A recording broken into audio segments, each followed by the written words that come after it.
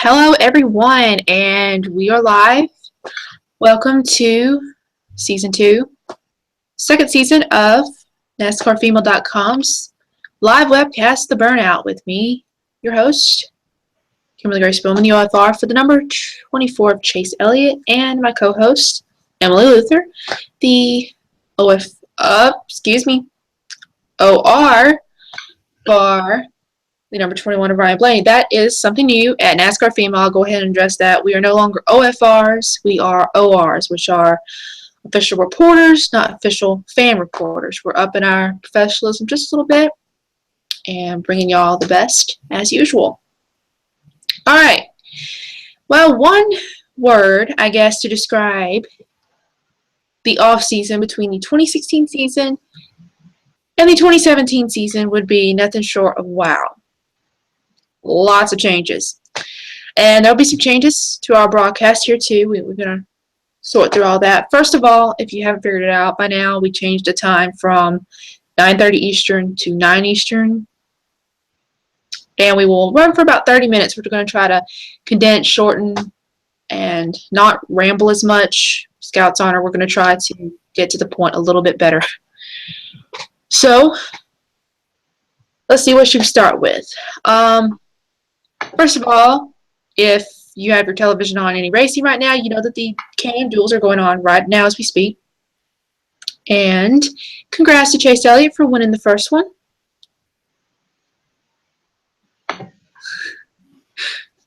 Was Ryan Blaney in the first one? I think. I don't know. I can't remember. I think so. The second duel's on right now, isn't it? Yeah, I think it's going. Or they're fisting to. One or the other. Oh, no, he's in the second one. All right. So you still got a chance. He's in fourth. He is in fourth. Let me just point that out. And he who had to return this year, Dale Earnhardt Jr., is in first. Yay! I got a feeling he's going to bring it this year. I thought you were going to say he was going to go out with a bang, and I was going to cry. Well, in comments, he has mentioned that if he was to win the championship this year, he would be very tempted to call it a career. Which begs the question, is he already tempted to call it that anyways, and that would just be the icing on the cake? Very possible. Speaking of, we'll go and get this out of the way. Big surprise, Carl Edwards decided to quit. Not quit, I don't want to say that. He decided to step away from NASCAR officially. It was a shock to all of us in the off-season, me included. But Daniel Suarez is in the 19 now, which that will take some getting used to, because I will still think Carl Edwards is in it. But I had enough time to get used to it, actually. I'm sort of already used to him being in the car. But anyways, that was a real shocker. And, of course, we have the format. About that whole situation. So, I don't know if you've seen any of the rumors and speculation that the reason he left was the first speculation was to become a politician. Right. Oh, I know everything. I read it. The second speculation, for people who aren't keeping up, it was that Penske is fielding a third team in 2018, and Carl Edwards is supposed to take it. I swear to God. That's ridiculous. I did not agree with that concept at all. I mean, he may have not been like doing superb at Joe Gibbs or Needwell. But at the same time, he was doing great. So, I mean. Yeah, he was doing better at Gibbs than he had done at Roush in years. So, why all of a sudden would you up and quit just to go to Penske in a year? Right. I don't think it was a racing-related reason whatsoever. I don't think so either. However, the facts behind the speculations do make sense, so that's why it's a little confusing. I just wish we could get a straight answer from the people involved. I mean, Ryan Blaney's been training at that spot. There's other Penske drivers who deserve that spot. So I'm not saying that Carl doesn't deserve that spot. However, why would you leave Gibbs to go to why would you say you were retiring? why wouldn't you just say you were stepping away from racing for a year if you were, thinking of a new company? Right.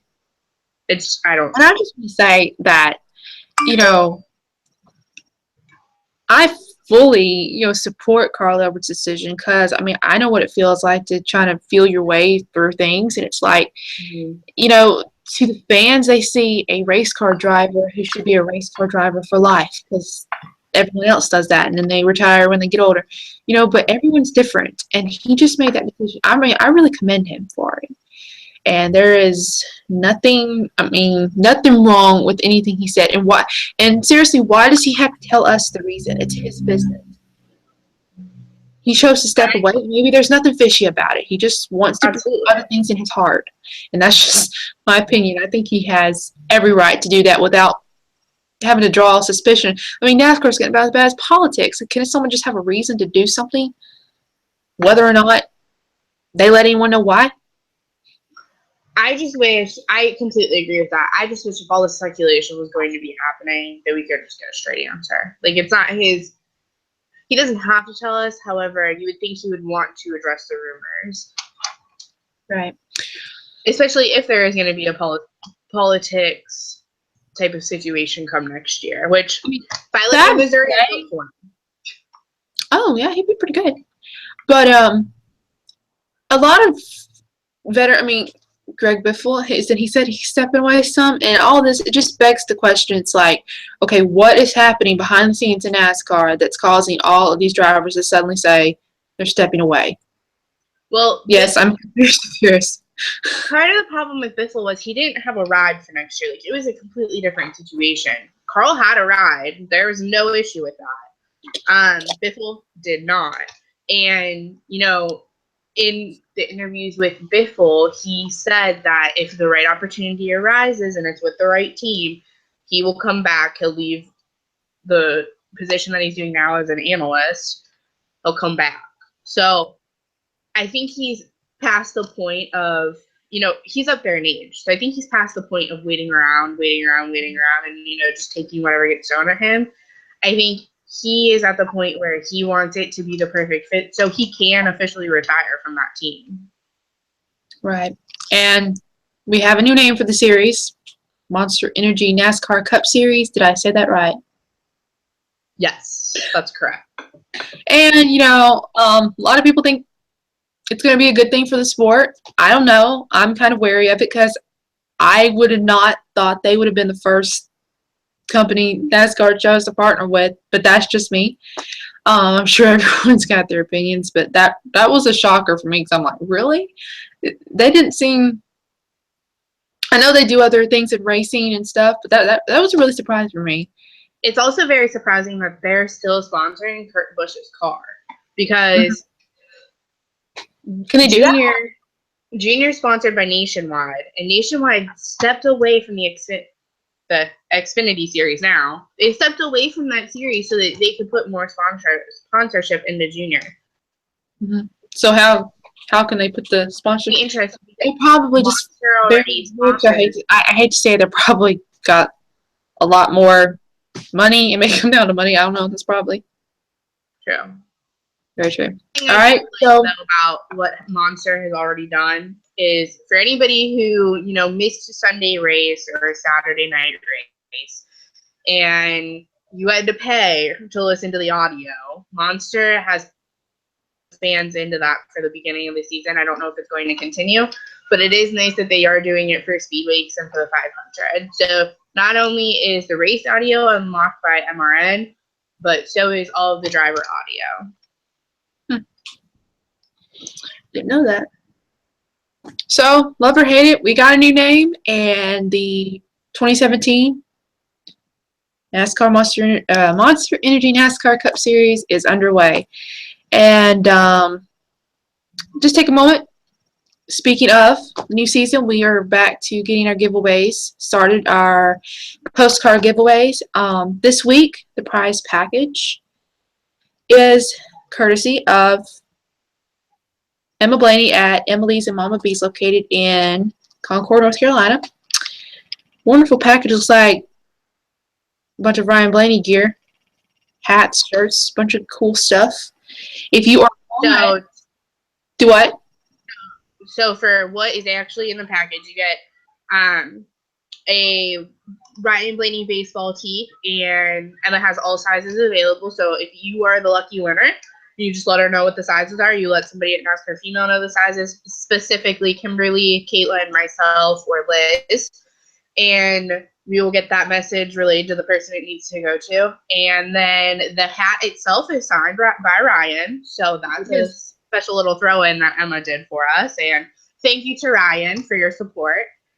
And there's also a bracelet from Emily's and Mama B's, and it says Brave. It's gold plated. It's a very nice. If you guys haven't looked at her website, go check it out. There's a bunch of stuff in the race shop category. She has quite a few different things for Ryan Blaney gear, and there will be more coming this season.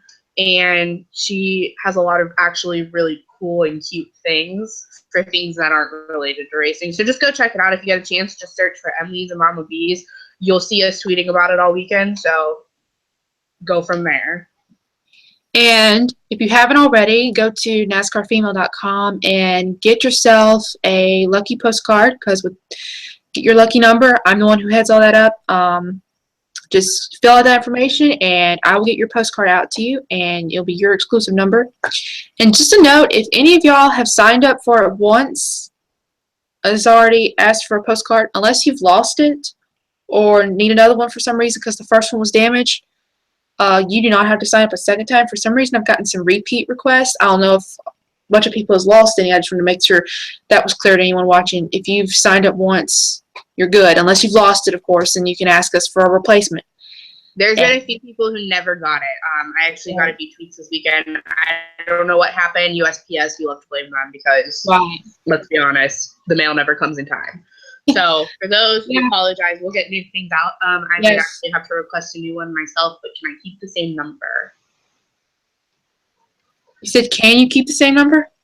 Yes, I might have lost it. Let me find it. It's your number. I have a master list of names, addresses, and numbers that is all the time expanding. I'm losing track of it. So if your name and your number, that is your number for the foreseeable future. Perfect. Hashtag 21. Duh. All right, so in addition to this big news is the new stage-based race format. I have the information with me because clearly I have not memorized it. So we're going to kind of hash that out a little bit. All right, for those of you that do not know, NASCAR announced, what has it been, a couple of weeks ago? Let's have about, shoot, maybe a month by now. Anyway, time flies, anywho, but NASCAR announced enhances in on-track activity with the new year coming, and we have a stage format for each race. Okay, let me explain. I'm basically just going to read this off the best I can. Each race, and they're changing the race format for both the Monster Energy Series, Xfinity, and Camping World. This is new on all three levels. The enhancement race format consists of that the races will now have 3 stages with championship implications in each stage. The top 10 finishers of the first 2 stages will be awarded additional championship points. The winner of the first stage of each race will receive 1 playoff point, and the race winner will receive 5 playoff points. Let me silence my phone. There you go. Sorry about that. Each playoff point will be added to his or her reset total following race 26 if that competitor makes the playoffs. All playoff points will carry through to the end of the 3rd round of the playoffs, round of 8, with the championship 4 racing straight up at Homestead for the title. Championship points following the first 2 stages will be awarded on a descending scale, with the stage winner receiving 10 points, second receiving 9 points, and so on and so forth. The race winner following the final stage will now receive 40 points. Second place will receive 35. 30, third place, 34. Fourth place, 33, and so on. Clear as mud, right? Isn't that how NASCAR always explains things? Okay. All right.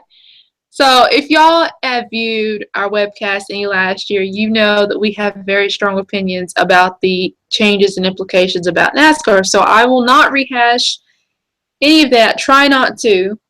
But just know we have very strong opinions. If you want to hear them, you can go back to last year's webcast on our YouTube channel and check all that good stuff out. But I'm going to try to keep it short here. When I first heard of all these changes coming out with the stage format, I was literally just like, what?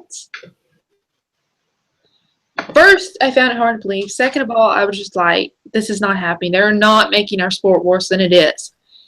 Granted, I have studied a little bit more, heard more opinions, and it perhaps will help the racing. So, I'm open. Next week's webcast will present whether or not I love it or hate it, because we will see it play out over this first weekend of racing at Daytona, and we will have a solid opinion. So I can't really give a solid opinion right now on whether or not I like the new system. I can tell you personally, okay, I've been a NASCAR fan since I was 5 years old, so that's almost 20 years. And why they thought this was a good idea, because typically, Speed Weeks is actually heavily covered and, watched by fans. So you can see why they might thought it was a good idea, because we have the clash, we have the duels, and, it might have seemed like a great idea.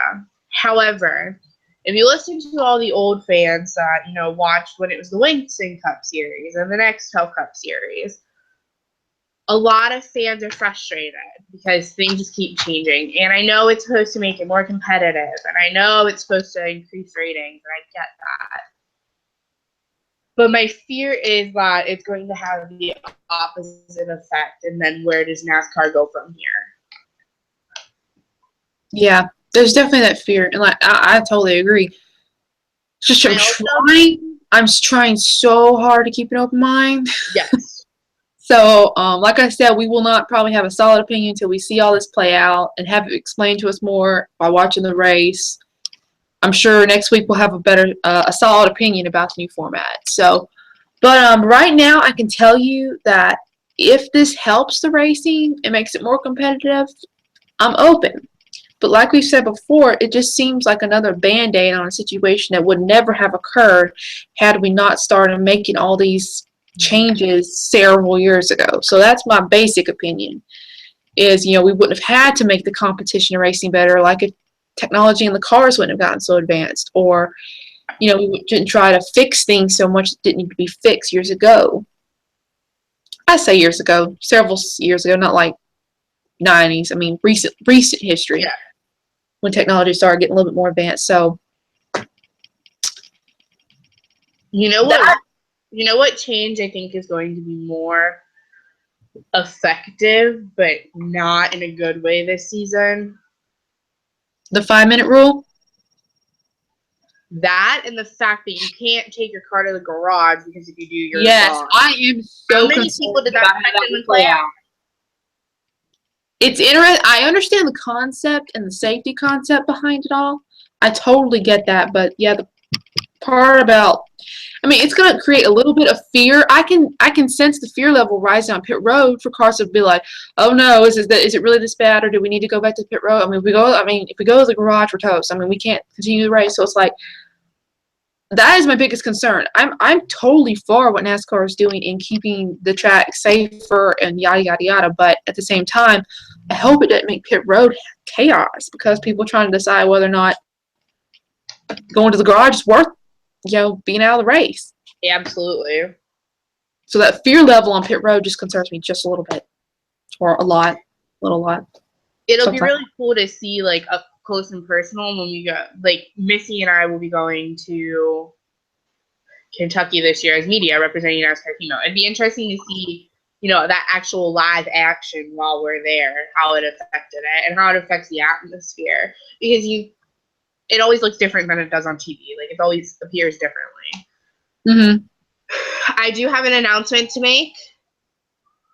We are on lap 30 of 60 of the second duel, and your leader is Ryan Blaney. Really? Awesome. This is great. Quit fangirling, okay? Good gracious. I will slightly fangirling, but he's competing against Junior. Like, how does one handle that? I hate that word. But I don't know how else to describe that emotion that they're talking about, but I hate the word fangirling, okay? I really do. I hate the word, but I don't know how else to express it. Exactly. But, like, he's like, battling Junior. Can we not? Can we not have both of them? Please? Thank you. My anxiety can't handle it. All right, going into Daytona this weekend, Chase Elliott is on the pole. Of course, positions and everything being decided by the duel somewhat. Of course, Chase Elliott winning the first duel. Who was second in the first one? Jamie McMurray. Okay, so he would be starting third. Mm-hmm. Okay. Okay, I have a stupid question. Okay, they qualified Sunday, right? Yes, technically. But whoever was third Sunday just got knocked out. So right? when so it's only for Daytona. Oh, Casey just got loose. Junior Junebug is back out in front. I probably should turn this off so I don't keep getting distracted. I apologize. However, I need to know what's going on instead of just watching the leaderboard. They do things differently at Daytona, and it's cool because there's a lot of coverage, but like it can get very frustrating trying to keep up. For as long as I can remember, which my memory's not that great. It's just fine. At least for like the past few years, it's always been we do qualifying, and then the qualifying is only for the pole and second, and then however qualifying is, set your lineup for the Can-Am duels, which used to be the Gatorade duels. Okay. Essentially, they just want to, drag out the coverage for the Daytona 500. Yeah. Plus, it gives them more practice. You got to think they've been off the track for 3 months, essentially. I mean, they've been to a few tracks. Junior's been at Phoenix for testing. But, this really lets him be in the car, especially with him and how, like... oh, my God. Sorry. It's fine. Ryan didn't just almost wreck. It's fine. This is why I shouldn't be watching this. Okay. Oh, hi! Continue watching. It's very entertaining. I'm glad it's entertaining. Not in a bad way, in a really good way. Adding some life to our broadcast. Well, Casey got super loose and almost caused like a 5-car wreck. And then Ryan thought he was going to be bold and get up underneath Junior, but it turned out Junior was if Ryan not about that. So now Ryan is in third, and Kyle Larson just passed him. If Ryan Blaney wins the second duel, that's going to be just darn cool. I mean, last year we had the rookie races that we talked about on this webcast, but then we would have Chase Elliott winning duel 1, Ryan Blaney winning duel 2, and we could just settle this argument that they're both awesome. They are both awesome. I don't think, Ryan really struggled last season, and part of it was not his fault. I mean, how can a driver help when an engine fails? It's not his fault. I mean, it's not. I can't blame the team. It's just poor engine construction, whatever that word is. So, like, they're both very talented. I just really want him to win, but I really want Junior to win. I'm very torn right now because, like, how many laps left? 24. Sorry, I had to think about that. Casey's ruining everything by being in second. However, like, I wouldn't mind if Casey won either because it's been so long since that guy has won a race. Yeah, I mean, that's good for him. We have the 21 back in second, ladies and gentlemen. This is great. I love it. You do realize we have 5 minutes left on the broadcast. Well, the race isn't going to be over, so Right. I'll keep everyone posted on Twitter. No joke. It's fine. Who do you think is the 2017 Daytona 500 winner? I'm tempted to go with the wild card. Yes. Also tempted to go with the Toyota. They're on fire. They've been doing really good. I mean, I'm tempted to go with Penske or a Toyota, and I really don't want to go with the two Penske drivers. Chase is a definite contender, but like I said, he's not as much of a wild card now that he's proven himself. Oh, and by the way, him winning the duel makes him the youngest driver to do so since, yep, you guessed it, Jeff Gordon. That's incredible. Steps. I'm really torn right now. This duel is making me nervous. Junior's in first, Ryan's in second. Like, I would love it if both of them could win, but we all know that's not going to happen. And then you have Jaguar. Like, don't ruin this, JJ.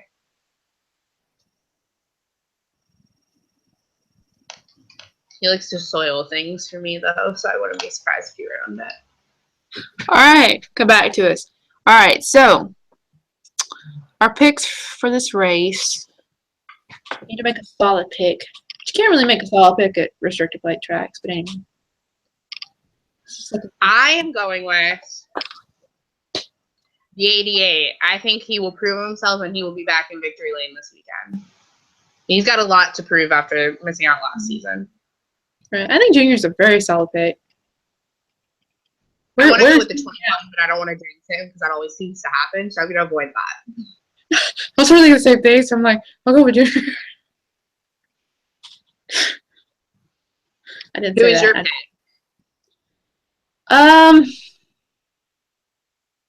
Like you, it's like I know Elliott would be a strong pick for this race, but I don't want to pick him. But at the same time, I do want to pick him because I'm a good picker and I don't believe in jinx. So I'm glad you don't, because I definitely do, especially because JJ just took second.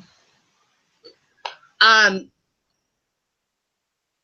think Chase is a solid pick, though. He's got the pull. He's won one of the duels. I think he's a very solid pick, especially with his performance. I'm allowed to pick my driver at least once, and that's it. It's fine. You can pick your driver, but you can't pick your driver just because he's your driver. Right. But it's still a safe pick since he's my driver. Yes, it's still a safe pick. I'm just saying you can't pick your driver because it's your driver. I gave it thought. I didn't just automatically pick. I mean, he's done very excellent. Like, I commend him for all he's done this last season and, the start of this season. So, I think that's a good choice. I just hope people in Dawsonville don't think there's a tornado warning or something. How crazy this weather's been, I wouldn't be surprised. But tradition, you know how that is. Fair enough. I like that tradition. I think why I'm waving this pencil around, I have no idea. I need to put that down before I hurt somebody. We do have breaking news coming out of tonight, right before the duel started. Denny Hamlin extended his contract with JGR and with FedEx. That is exciting. Did they say for how long? Or it is. It doesn't say. That's weird. Come on. Did say. It doesn't say. It's weird. I don't know. I got nothing. And we have 4 new council members for the Drivers' Council this year. And it is Chase Elliott, Austin Dillon, Ryan Blaney, and Eric Almirola.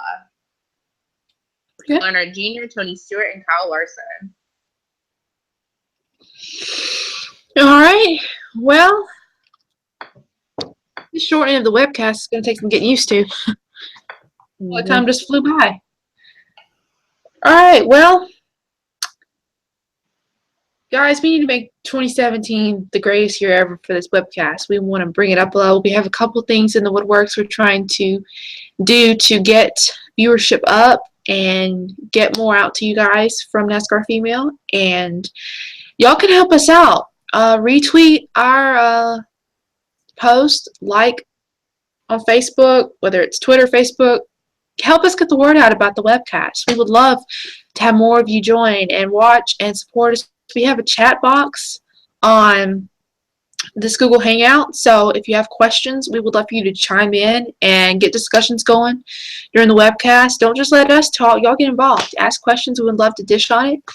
Like I said, go follow us on Facebook, Twitter, Instagram, all our social media outlets. And don't forget to go to the website, NASCARFemale.com.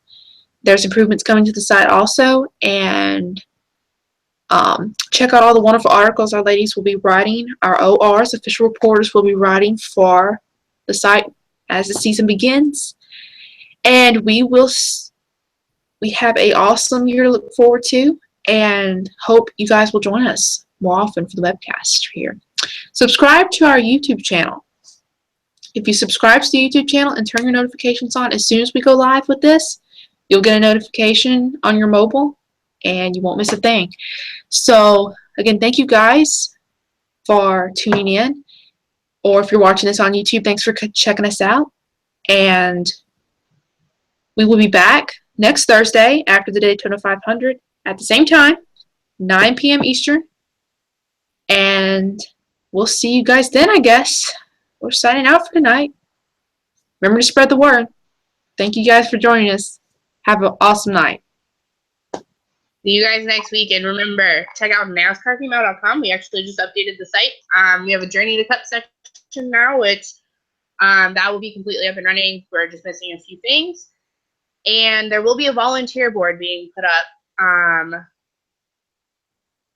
coming weeks for, opportunities to write for specific drivers. So just keep an eye out on that. Definitely. Y'all have an awesome rest of your night, and we will see y'all next week. Have a good night.